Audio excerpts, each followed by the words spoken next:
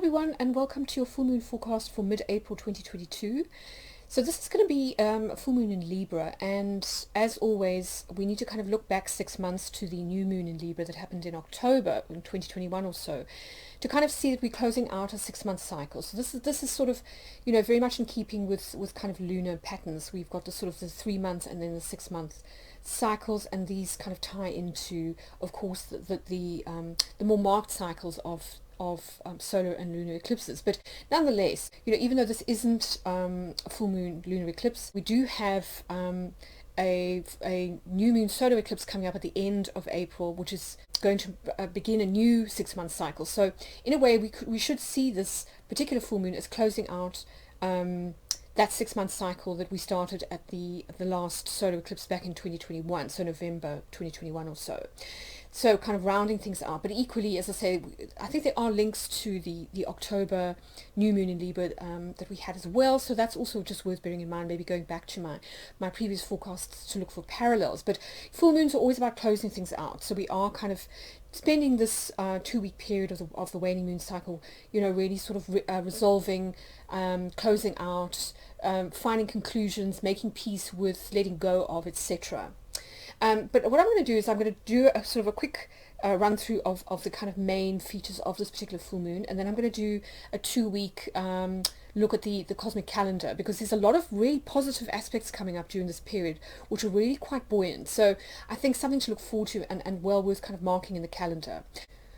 So just to kind of get you settled in terms of what is important for you personally, we're talking about a full moon. So this April full moon is falling in the signs of Aries and Libra. So the way that you use this chart is you look for your rising sign, and then the corresponding sign on the opposite side will be usually where your where the sun will be. So the moon will be in the life area signified by whatever the sign of your ascendant is. And essentially we are balancing energy, so we're trying to balance two life areas. So if, for example, you've got Aries rising, then you're kind of balancing relationships with your kind of personal needs. Those are the two areas that you're trying to kind of balance out. So I'll leave you to pause the video and you can have a look at this at your leisure, and let's get on with the rest of the forecast. So now we move on to the Sabian symbol, and this full moon occurs at the 27th degree of Libra, and the Sabian symbol for this is an aeroplane sailing high in the bright clear sky. And I think it's sort of an obvious one. I mean, it's interesting that it does kind of point to the fact that Libra is an air element, and this is the strong sense of like being above things, or kind of you could see it as flying away, but I think generally speaking, the way that it's interpreted by Linda Hill is that it's about kind of spiritual ascension or transcendence. So transcending difficulties, escaping from problems. Also kind of, when you're up in the sky in an airplane, you can see for miles, so it's similar to a kind of bird's eye view of things. There's a strong theme in this particular full moon about detachment and objectivity, so the importance of judgment, and of course that's a very important part of the sign of Libra. Libra, is associated with the scales of justice, and we see it in the tarot with the card Justice, which can be about kind of karmic balancing, karmic lessons. It can also be about making important decisions, and in order to do that, we very often need to be detached, so that we make decisions from a much more kind of balanced perspective, rather than kind of getting carried away with our emotions. But equally, of course, we can kind of become a little bit too detached, and that's the sort of the downside of this particular Sabian symbol, is that we can become a little bit too in our heads, or kind of too intellectual or too cerebral, and not really kind of consider things from a more kind of emotional perspective. So it's trying to sort of find the happy medium between those two things. And it can also have something to do with freedom from life's routine. So perhaps kind of during this period, we are talking about the Easter weekend and so on. So maybe kind of getting away from everything for a little bit, just to regain perspective, that kind of thing. But yes, I mean, aeroplanes will mean different things to different people, and so will the sky. So, sit with some of these keywords, see if they appeal to you, and also look for parallels to the Sabian symbol back in October, because I think that had to do with somebody who had kind of taken a siesta out from kind of the noonday heat. So similar kind of thing where there's this need for the coolness of air to recalibrate and to sort of to kind of calm down and to sort of regain perspective again after perhaps some difficulties. Now, the lunar face is an interesting one. We are talking about the last 5 degrees of Libra, which James Burgess associates with kind of harmony overall. And it's a super interesting one because he talks a lot about kind of Sufi states of kind of nostalgia and beauty, and of course this ties a lot into those themes around erotic longing and desire that the Greeks thought powered the cosmos. You know, this desire of kind of eros for psyche and vice versa that sort of drives the circular motion of the cosmos. But here, when we get to the last 5 degrees, we are talking about attaining beauty and grace through detachment. And it's interesting because, you know, Libra, as I say, is an air sign, and that is quite a cerebral detached element. So really what we're talking about here is finding ways to overcome suffering and the suffering that comes from being overly attached. So that can take many forms, you know, whether it's to an idea, whether it's to a relationship or a person, whether it's to a particular place. But, you know, he's kind of suggesting that we detached in the sense that we understand that all things change into their opposites. So there's this very, I suppose, oriental way of viewing things where the sort of duality is seen as this kind of movement from kind of dark to light and back again, and that neither is seen as negative, you know, or positive. It's just sort of two very different states. So understanding that all things change into their opposite, and that it's this transience that makes us suffer if we get attached, and also to exercise good judgment, which means learning greater discernment by distinguishing for example, appearance from reality, and by seeing the consequences of our actions. So again, taking a step back a little bit, much like that airplane, and seeing things from the sort of the bigger perspective, zooming out to see the big picture. And this will help us to identify patterns in our lives that that we may be repeating, or that we can't see it clearly because we're too sort of mired in the mud, as it were. And that this allows for us to move into a state of transcendence in the sense of overcoming suffering. So, you know, he talks a lot about this idea of beauty, and how the heart reaches out to know or love the other, or to sort of move towards something that sort of touches us. And that through transience or separation we then know pain. So we move towards beauty, there's this kind of union, and then, you know, there is this transience where that state doesn't last and we move into pain. So it's overcoming the attachment that will allow us to transcend suffering. And this moves us into a state of flow. So once we accept duality and change, we come into a greater harmony with life and with ourselves. And, you know, I think again it's interesting to note that Libra is one of those dual signs, much like Gemini and Pisces, some of the others, the signs, the bicorporeal signs. So, you know, in that sense, it's a very natural fit for these kind of oriental ideas of yin and yang and that kind of thing. And I think this is what we are really kind of dealing with, but in a kind of cerebral way, or in a slightly more detached way, as we come to the end of the zodiac sign. Now, in terms of the chart itself is it's kind of interesting. I mean, there are a couple of things to sort of bear in mind, but I think we also need to key into some of the major developments that are happening during this 2-week period as we get towards the end of April, because there's a lot happening from a planetary perspective that I think is worth bearing in mind. So we start off with this particular chart, and we do have a stellium of planets in Pisces, and of course the Sun kind of in a stellium with you know, in Aries, and then we've got the Moon in Libra opposite, and these two cardinal signs are forming a T-square to Pluto. So this is going to be a little bit of an intense full moon, I'm not going to lie. It's going to feel quite intense, and I think, you know, it's really kind of with Pluto as the apex of this T-square, this red triangle here.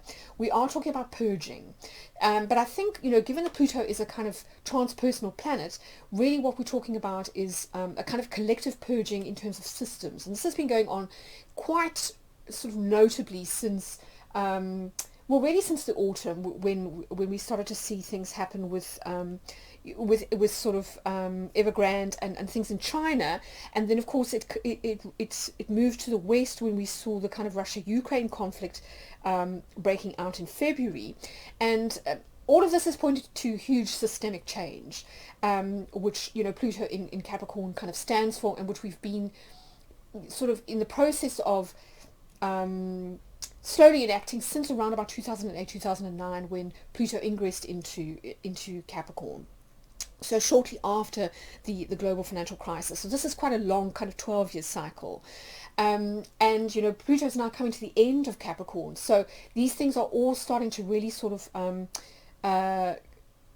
grind into position and take root, and with that comes a lot of heat.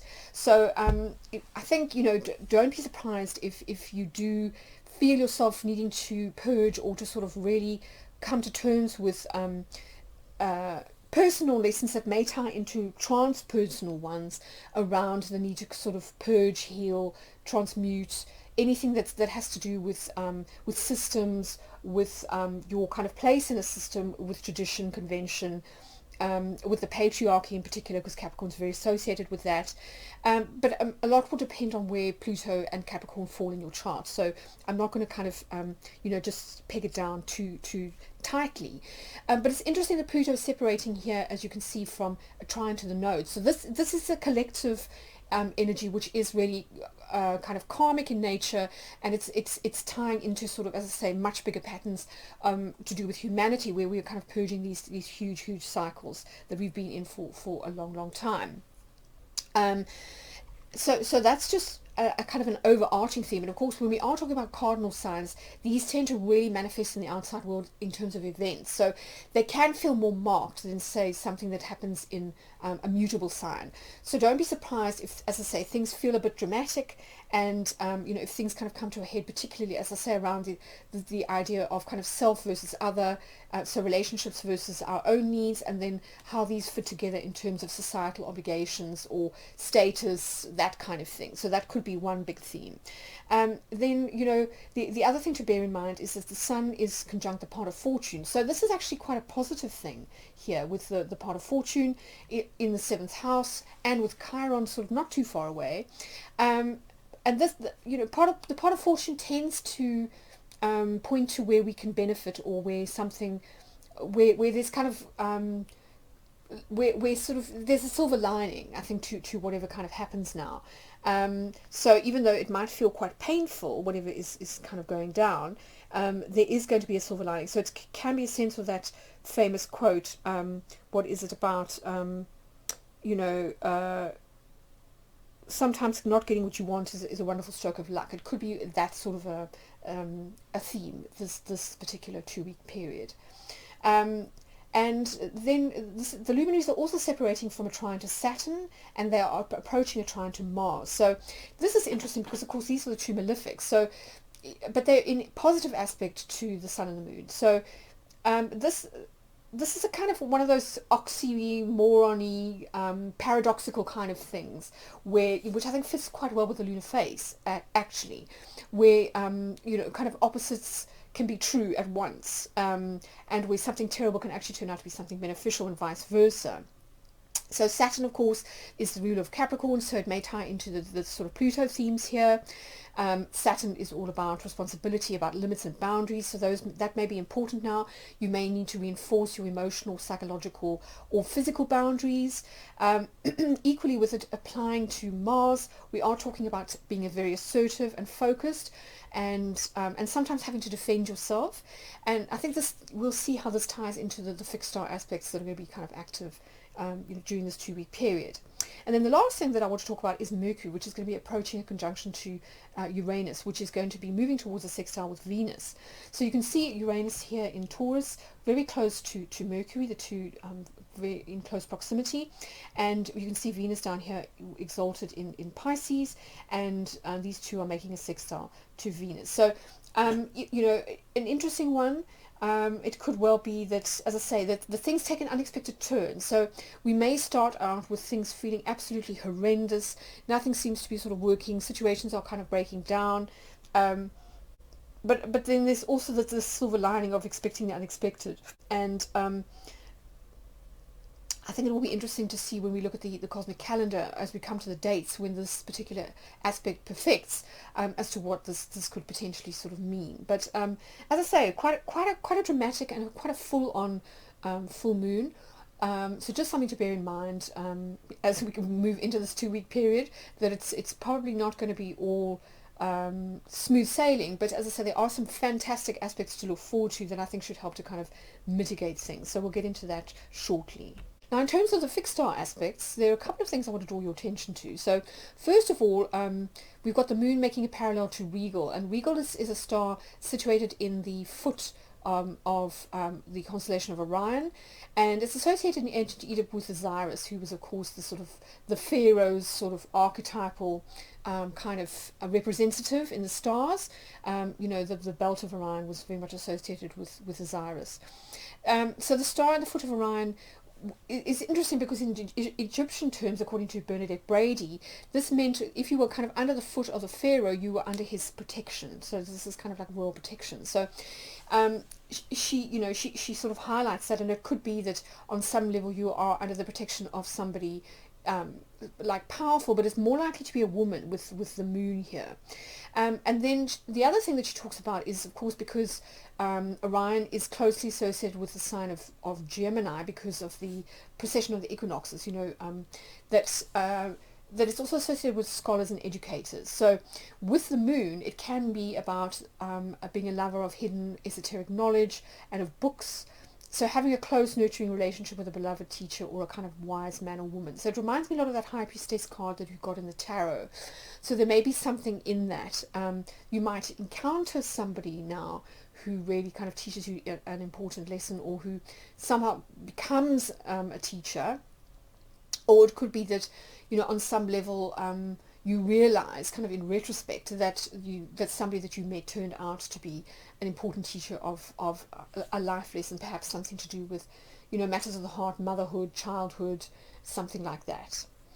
And then the other thing is that Uranus, now that it's direct, is moving back towards the fixed star Menkar, which is in the constellation of Cetus the Whale. So we looked at that during the period between August and October 2021, and this is very much associated with being a victim of the unconscious. So we looked at this particularly in terms of the devouring mother archetype, and it may be now that that those fears that were activated kind of back in during that period, particularly around like state control, sometimes it can be around the desire for freedom as an escape from like a devouring mother type of figure, may be kind of activated again as kind of Uranus moves back over this sort of position. So a great time for reprogramming unconscious patterns that we might be kind of stuck in.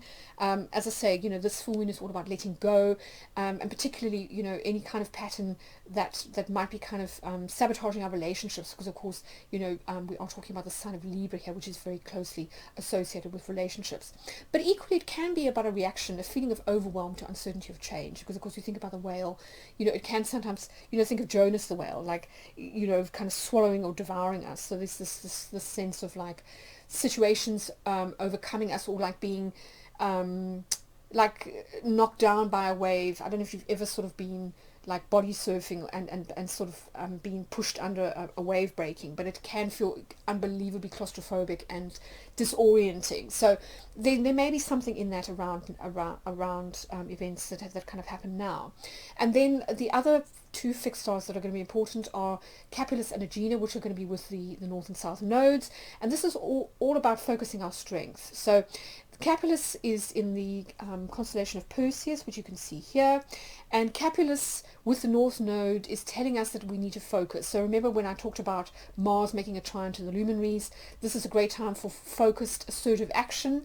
So it's very much associated with the warrior Perseus, or with the athlete, and can be about a show of strength or physical exertion. So we may need to really focus our energy, as I say, in order to overcome like issues around manipulation or control, for example with Pluto, that T-square, to break up from negative patterns in the case of this Uranus and Menkar. But there's a definite sense of needing to really focus your attention strongly on kind of moving forward, moving past something, overcoming something, or moving towards something that's much better, because Agena is with the south node, and Agena is in the constellation of Centaurus, which we tend to kind of associate with Sagittarius, if I'm not mistaken. But this again, interestingly, is in the Centaur's foot, and so we've got this double association with feet, which I find quite interesting. So this is about sacrifice, the sacrifices needed for growth. And it may be that we, for example, need to let go of the need for popular approval in order to sort of move towards greater feelings of strength or kind of self-reliance. So it may be now that you sort of have to move. In order to move to a position of strength, you may need to let go of the need for approval, for example. Libras are very much a people-pleasing sign, and sometimes can worry too much about others rather than self. So there may be something in that now.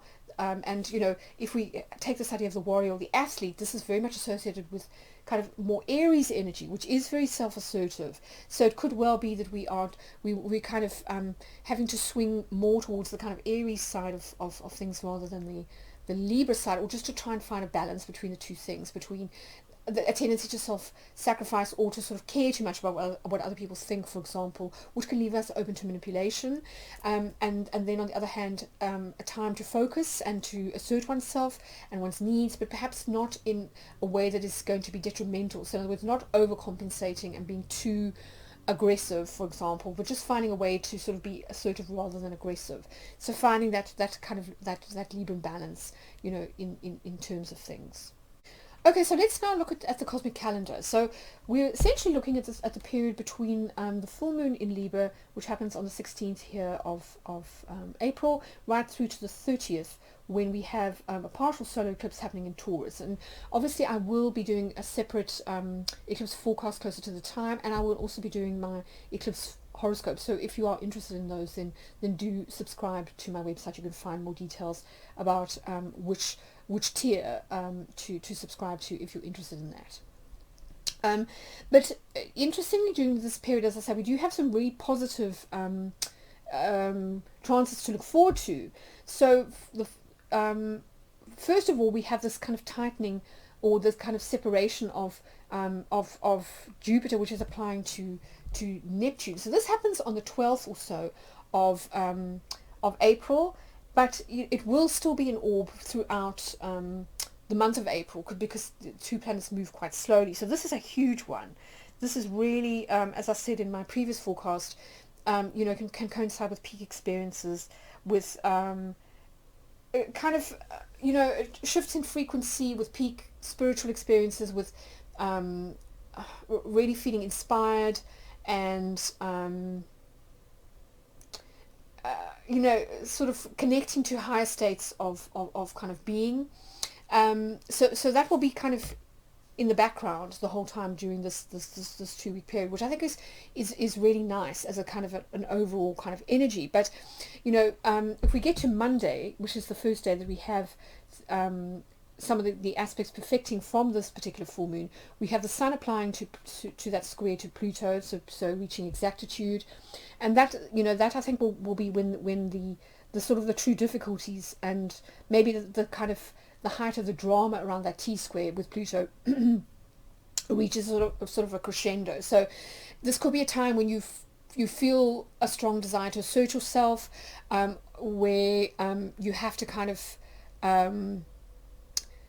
sort of distinguish between the need to be self-empowered on the one hand, and then to sort of dominate others on the other, or to be dominated and not to be too sort of submissive. So lots of issues here around ego and power struggles that I think are going to come to the fore. But luckily, as I say, on the same day we've got this perfecting of the sextile between Venus with Uranus and with Mercury, so that should help to kind of offset things quite nicely. So this is all about kind of the meeting of the minds, and of it's almost like beauty meets with intellect, if you like. So interesting that James Burgess was talking about these kind of higher states in the Sufi tradition that are associated with beauty and with kind of the desire of the soul to sort of merge with its higher self and with kind of transcendent states. So again, another day when we could have these important realizations,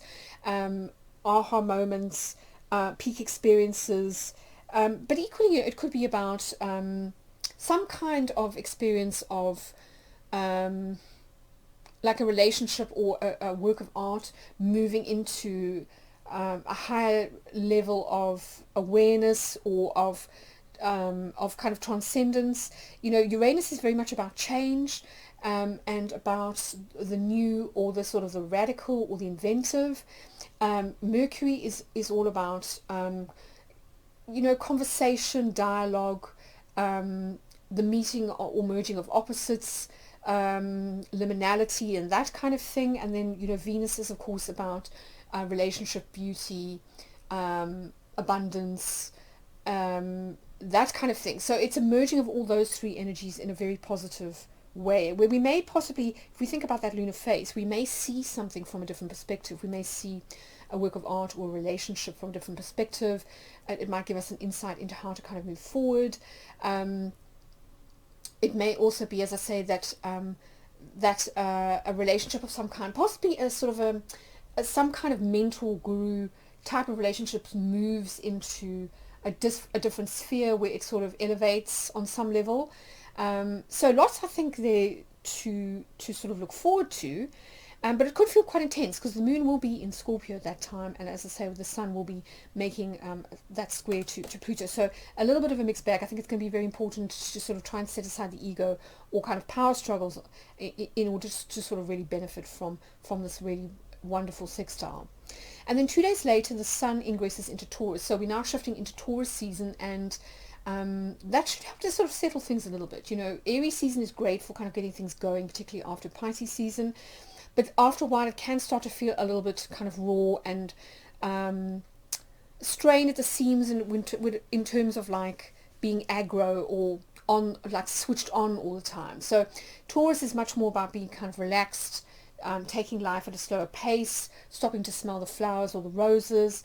So I think that's going to be a big theme from the 20th onwards as we shift into sort of this Taurus energy, because there isn't really a lot else that's happening until we get to the following week on the 24th, and then Mercury then moves to sextile Saturn. So this could be a little bit more tense energy. We could get a little bit narrow-minded, or see the limitations in certain ideas, or there might sort of be a kind of generational element to this as well, where we see the thinking of other generations as being too limiting or kind of conservative.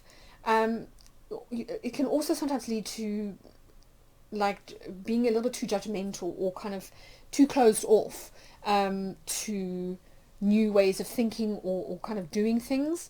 But equally, it can sometimes be about delay. So it can be tying into that idea of Taurus season, where there's a kind of a slowing down, but sometimes to the point where we feel a little bit like we can't think clearly, or something isn't entirely like we don't have all the information, or we've been sort of excluded from like certain groups. Like there could be an elitist element to this too, and without that information it's very difficult to then make decisions. But luckily there's also a really nice sextile here between Mercury and Neptune, and again this should help to offset this somewhat more tense energy. So Mercury really tapping into that Jupiter Neptune energy, which is all about, as I said, the use of the imagination, intuition, appreciation of the subtleties, artistic inspiration, and having much more kind of cosmic vision. So seeing things from that bigger perspective, which the Sabian symbol is asking us to really sort of like key into. And then like as we move on towards the end of the month, things get a lot better. Venus then applies to Neptune. So Venus is essentially coming together with it's moving closer and closer towards Jupiter, which happens at the end of the month at the solar eclipse. And of course this is the combining of the two benefics. So this is really, really beautiful energy, and I think this period from the 27th onwards should be quite dreamy, because we are talking about kind of Neptune, Pisces type of energy, so really dreamy, really romantic, very uplifting and inspiring, and we can see this sort of Mercury essentially joining the party, so Mercury sextiling Jupiter on the same day on the 27th, and then trining Pluto on the 28th before changing signs on the 29th, moving into its natural sign of Gemini. So a super interesting one, because it's going to start off in Taurus, which is going to amplify this sort of Taurus energy that we've got from the 20th onwards. This is also very Venusian energy. And this combination is really about good judgment. It's about being more tolerant. It's taking in the full picture. So similar to those ideas that we saw in the Lunar Face. It can be about sort of philosophy or speculative thought, but it's on the positive end of the spectrum. So it's about an interest in learning and teaching, positive thinking, seeing the sort of lessons or the silver lining in things, being more tolerant towards and open-minded, unlike Saturn here, which is more closed-minded, so a kind of an opening up of the mind, and then with Pluto, it's about seeing into the depths of things, so penetrating insights, powerful speech, or kind of the ability to sort of persuade people in a positive way, and also a shift in mindset. This is great for paradigm shifts, psychological shifts, that kind of thing. So having a conversation with someone that really kind of shifts your perspective into something where you kind of see something from a different perspective, in a really kind of positive way. And then of course, as Mercury moves into Gemini, we are activating that energy that we're talking about with Regal, with the moon and Regal. So that energy of a love of learning, a love of books and letters and magazines and knowledge, and also stimulating conversation. So that's really, really nice. And then Pluto stationing retrograde on the 29th at around about 35 minutes past 7 BST. So interesting, given that T-square with the luminaries that we got of this full moon, because it kind of means that instead of the situation immediately resolving, it almost kind of moves into the internal sphere. We then have to kind of process it psychologically over the period of the retrograde. So it means that Pluto is going to move sort of back into Capricorn rather than kind of leaving. So those issues almost kind of being put on pause as we move into more kind of introverted, introspective modes of thinking, where we're having to really contemplate the implications of these societal or systemic changes, what they might mean for us, maybe how we can do them better too. That's the great thing about a retrograde, is it gives us time to sort of pause and go, do we really want to sort of make this change in this way, or is there a better way of doing things, considering the consequences of a particular course of action, and then course correcting, if you like. And then we move to this wonderful conjunction between the two benefics, Venus and Jupiter, on the 30th. So amazing energy. Venus, as I said, is exalted here. So we are talking about kind of following your bliss, about great expansion in terms of art, communication, abundance, philosophy, travel, that kind of thing. So a huge sort of opening up, which is going to key into this partial solar eclipse that's happening as well on the same day in Taurus, which is of course ruled by Venus. So I do think that this 6-month cycle is going to be quite positive, but I will get into this in more detail when I come to do my eclipse forecasts. So check those out, and there's more information about those in the subscription area of my website. So that's kind of it for me. I hope you found this forecast useful. As I say, if you are interested in getting access to my upcoming April eclipse horoscopes, which will look at the next 6 months, so between kind of now and October, then you just need to go to my website and subscribe. This is the sort of tier above basic, so if you're interested in that, then check it out. I may also sell the eclipse horoscopes on an individual basis as well through my shop, but so look out for details. I will provide those when I come to do my general eclipse forecast closer to the end of April. But I hope you've found this helpful. All the very best. Enjoy all these wonderful aspects that are kind of coming up, and I'll see you again at the end of April for that eclipse horoscope forecast.